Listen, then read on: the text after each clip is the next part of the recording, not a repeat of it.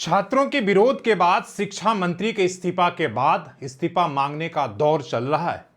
BJP Jharkhand में मुख्यमंत्री की इस्तीफा मांग रही है, पंजाब में शिक्षा मंत्री की इस्तीफा मांग रही है, केरल में इस्तीफा मांग रही है और देश में विपक्षी पार्टियां भी इस्तीफा मांग रही है। कोई गृह मंत्री का इस्तीफा मांग रहा है जो जंतर मंतर पर छात्रों का लाठीचार्ज हुआ उसके लेकर, कोई प्रधानमंत्री का इस्तीफा मांग रहा है, कोई ये कह रहा है कि जो पेट्रोल में इथेनॉल मिला गया है तो पेट्रोलियम मंत्री को इस्तीफा देना चाहिए, इसलिए कि देश के साथ बिना बहस किए उन्होंने पेट्रोल में इथेनॉल मिलाया, इसलिए जो है उन्हें इस्तीफा देना चाहिए।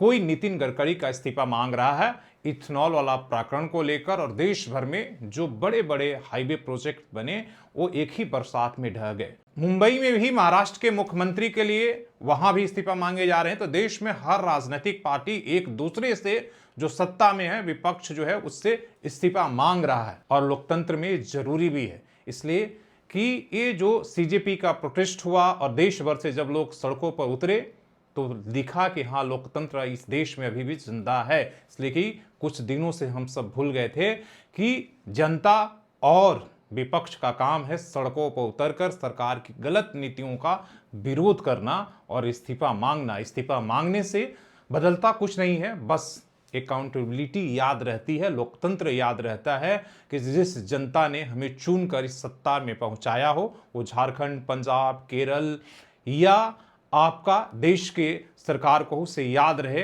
कि अगर हम गलत करेंगे तो देश की जनता या विपक्ष का हक है इस्तीफा मांगने के लिए।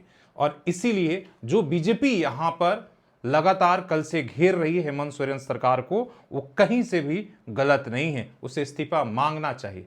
लेकिन दिक्कत यह है कि जब उसे मांगना चाहिए तब वो थोड़ा सा धीमी हो गई, लेकिन कल जब केंद्रीय शिक्षा मंत्री का इस्तीफा मांगा गया तब से वो रेस पकड़ रही है। तब कहा जा रहा है कि भाई एक बदले के भावना से आप ये काम कर रहे हैं।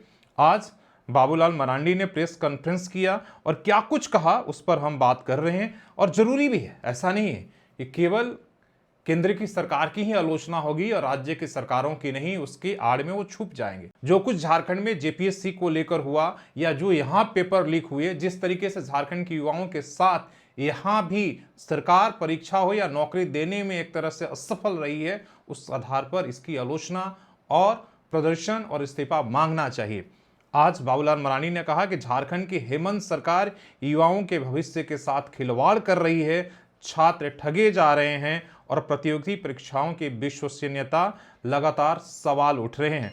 उन्होंने आरोप लगाया कि यहां 25 लाख में जेपीएससी के सीट बिके जा रहे हैं और केवल जो जेपीएससी के अध्यक्ष, आपने देखा कि पूर्व आईएएस अधिकारी जो अध्यक्ष थे एल ख्यांगते, उन्होंने इस्तीफा दिया। अब कहा केवल इस्तीफा से काम नहीं चलेगा, उनके ऊपर एफआईआर भी होना चाहिए। उन्होंने आरोप लगाया कि चर्चा के में जेपीएससी परीक्षा में पीटी पास कराने के लिए 5 लाख रुपया लिया गया, मुख्य परीक्षा के लिए 25 लाख रुपया और इंटरव्यू के लिए 10 लाख तक की अवैध वसूली की गई। यानी कुल 40 लाख में झारखंड की युवाओं का भविष्य बेचे जाने के बात सामने आ रही है। पूर्व जो अध्यक्ष हैं जेपीएससी के एल ख्यांगते को जनवरी में एक युवा अभ्यर्थी ने चिट्ठी लिखकर इस सारी गड़बड़ियों की जानकारी दी थी और इसके बावजूद समय रहते कोई प्रभावी कार्रवाई नहीं गई थी। सीआईडी के नाम पर राज्य सरकार मामले का लीपापोती कर रही है और पकड़ने का प्रयास कर रही है और इस्तीफा देकर उन्हें बचा रही है।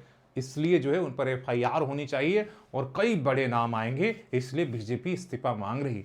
बीजेपी को हक है और सड़क पर उतरना चाहिए और इसको लेकर जोरदार आंदोलन करना चाहिए, जिसे देश में हो रहा है, इसमें कहीं कोई गलत नहीं है। लेकिन दिक्कत है कि अब विपक्षी हो या सत्ता राजनीतिक पार्टियों के बस का आंदोलन नहीं है। अब सिर्फ सोशल मीडिया में ट्वीट करना और प्रेस कॉन्फ्रेंस करने तक ही कुछ सालों से सीमित हो गया है। जब से खासकर आईटी और मीडिया सेल का आविष्कार हुआ है, अब सारा विरोध केवल सोशल मीडिया तक ही उनका है कि ट्वीट कर दिया। अब सड़क पर उतरकर नेता आंदोलन नहीं करते, लाठी नहीं खाते, भूख हड़ताल नहीं करते और इसी से थोड़ा लोकतंत्र जो है वो तानाशाही की तरफ बदल गया। शुरुआत अच्छी है, आपको करनी चाहिए और इसलिए कि जरूरी हो, पंजाब हो, झारखंड हो, केरल हो या देश में कहीं भी अभी उसको लेकर, या इथेनॉल का मामला हो या पेट्रोल का मामला हो, इन पर होनी चाहिए। टोल रोड को लेकर जिस तरीके से आम आदमी परेशान है, आप देख रहे हैं कि सड़कें खराब हैं, इसके बाद भी टोल वसूले जा रहे हैं। खासकर झारखंड में तो यही हो रहा है